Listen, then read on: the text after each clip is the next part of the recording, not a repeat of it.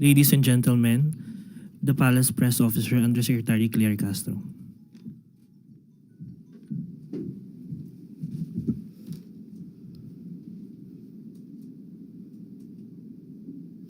Magandang araw po sa inyong lahat. Sa atas ni Pangulong Ferdinand R. Marcos Jr., formal na pong binuo ang Independent Commission for Infrastructure o ICI sa bisa ng Executive Order No. 94. Ang layunin ng komisyon, ito ay magsasagawa ng malalim at walang kinikilingang investigasyon sa mga ulat ng katiwalian, maling paggamit ng pondo, at irregularidad sa mga flood control at iba pang proyektong pang-infrastruktura ng pamahalaan sa nakalipas na 10 taon. The Commission has been granted broad investigative powers, including the authority to issue subpoenas, recommend the filing of criminal or administrative cases, coordinate with prosecutorial and disciplinary bodies, and request relevant documents such as books, contracts, bank records, and other materials needed for its investigation upon proper request or representation to the appropriate authorities. To lead this task, the President has appointed individuals of proven competence, integrity, and deep familiarity with infrastructure, finance, and institutional reform. Rogelio Babe Singson, Commission Member. Mr. Singson brings decades of direct experience in both the planning and execution of major government infrastructure projects. As former Secretary of the Department of Public Works and Highways, he led one of the most significant reform efforts in the agency's history, introducing systems to promote transparency, eliminate ghost projects, and ensure proper use of public funds. He also served as head of the Bases Conversion and Development Authority, where he managed large-scale land and infrastructure development. His technical understanding of how projects are designed, procured, and implemented will be essential to this Commission's work. Rosana A. Fajardo, Commission Member. Ms. Fajardo is a certified public accountant and currently the country managing partner of SGB & Company, the Philippines' largest professional services firm.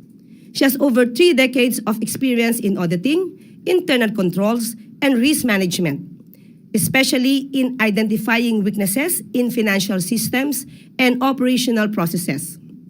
She has worked across both public and private sectors to help organizations defect fraud, strengthen governance, and build more accountable institutions.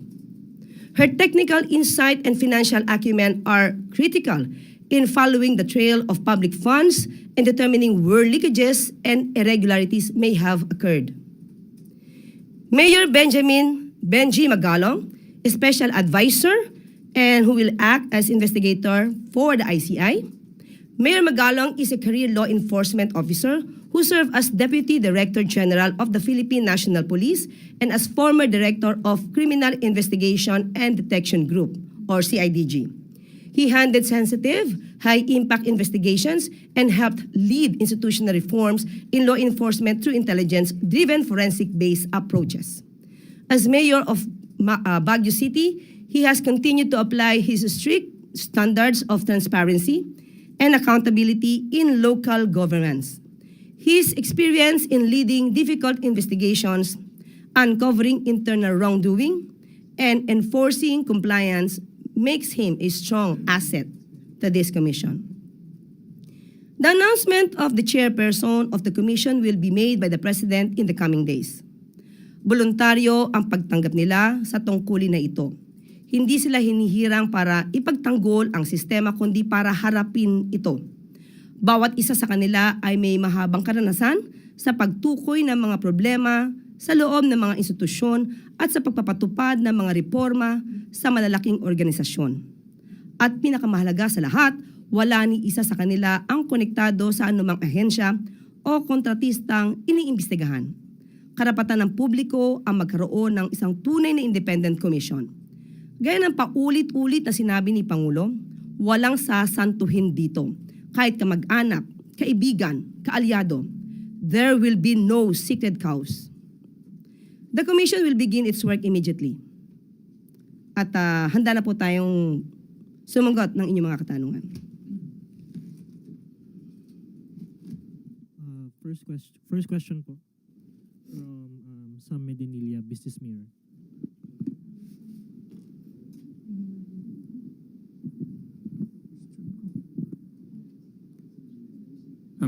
Good afternoon, ma'am.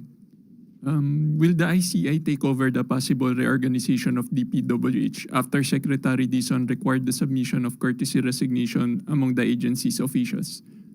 Hindi po mangingimasok ang Independent Commission, ang ICI po, sa ano pong gagawin ng DPWH. Yan po ay independent body na ituturing or independent fact-finding commission at hindi po makikialam sa anumang sangay ng gobyerno. That's na lang po. Will there be a suspension in the implementation of DPWH flood control projects and other public works while its officials are being vetted? Depende po yan sa magiging pagsusuri at evaluation at assessment po ni Secretary Vince Dizon. Thank you po. Second question po from Alvin Baltazar, Radyo Pilipinas. Yusek, magandang hapon po.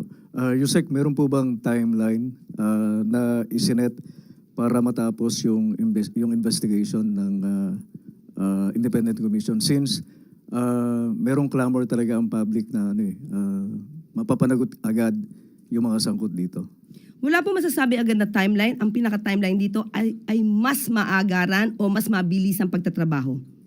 At mas mainam po matapos po ito sa loob lamang ng ilang buwan. Pero sabi nga po natin, sa dami po ng records na dapat aralin, ay bigyan po natin ng pagkakataon ang ICI na aralin lahat ang mga dokumento para po kapag po may sinampahang kaso, kumpleto naman po ang mga dokumento.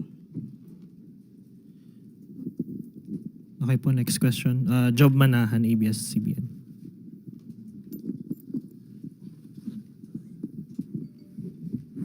Hello po, Yusek. Yusek, bakit pinili ni President yung mga naturang members doon sa panel? And ano po yung assurance na truly independent itong mga nabanggit na ito? Katulad nung binanggit natin kung ano-ano ang kanilang mga skills, ang kanilang mga expertise, at hindi po ang mga taong itong nabanggit natin ay hindi naman po namumulitika. Kaya po asahan po ng taong bayan na pinili po ito ng Pangulo para po mas maging malalim ang pag-iimbestiga sa pamamagitan ng mga taong masasabi nating competent po sa kanilang magiging trabaho. Follow-up lang, Yusek. Si Baguio City Mayor Magalong ay advisor dito sa panel. Paano kaya ito, sabihin natin, makaka-affect sa current duties niya bilang Baguio City Mayor, knowing na malaki itong i-handle niya? Siguro po si Mayor Benji Magalong na po ang makakasagot po niyan. Pero pinili po naman po siya bilang special advisor po para po sa ICI. Okay po, last question po. Gilbert Perdes, DWIZ. Magandang hapon po, Yusek. Nabanggit po, iniugnay po ni Senador Ping Lacson, si dating DPWH Secretary Manuel Bunuan, sa isang kontraktor po mula po sa Bulacan. Ito ho ba'y alam na ho ng Pangulo at ano hong reaksyon dito ng Presidente po? May reaction ho ba yung Malacanang dito? Opo, nalaman na po ito dahil nga po ito'y na-report na rin po ni Secretary Vince Dizon. At sinabi po natin kanina, walang kaibigan, walang kaalyado, walang kamag-anak. Lahat po na dapat imbestigahan ay iimbestigahan. Thank you po.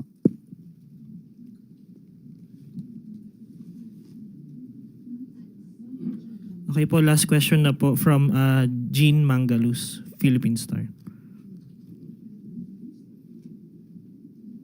Good afternoon. How does the palace respond to the growing public unrest and protests, especially the large one coming on September 21? Is the ICI enough to restore public trust? Okay. First of all, the President will always respect this freedom of expression. So kung ano man po ang nararamdaman na sentimiento ng ating mga kababayan sa ngayon, yan po ay ginagalang ng Pangulo. Ang dasal lamang po natin, itong kanilang pagsisentimiento ay wag sanang sakyan ng ibang mga tao na hindi maganda ang naisin para sa gobyerno, kundi mag-destabilize. So yan po ay sinusuporta naman din po ng Pangulo ang mga hinaing ng ating taong bayan dahil ito naman po ay laban sa korupsyon.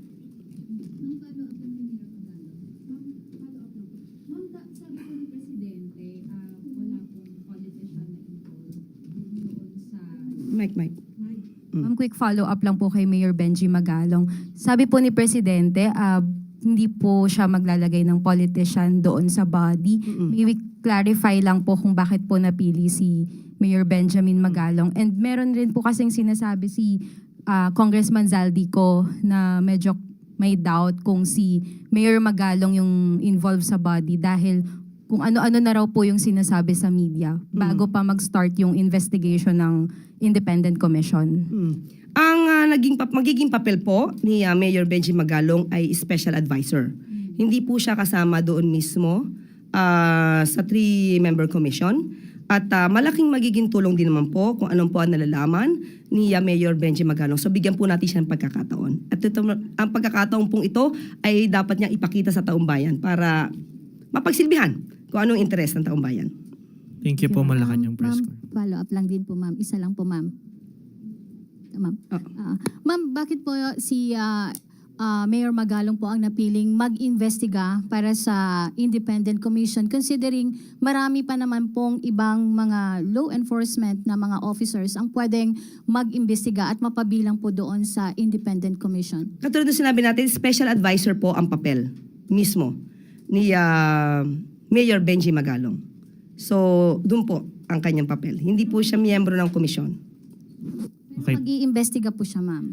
Kung ano man po ang makukuha niya sa pamamagitan ng kanyang effort, maaari niya po itong ibigay mismo sa ICI. Thank you po, Okay. Malacanang Okay. Press Corps. Okay, salamat. Oo. Meron sa Valenzuela. Okay na po, ayan. So, magandang araw.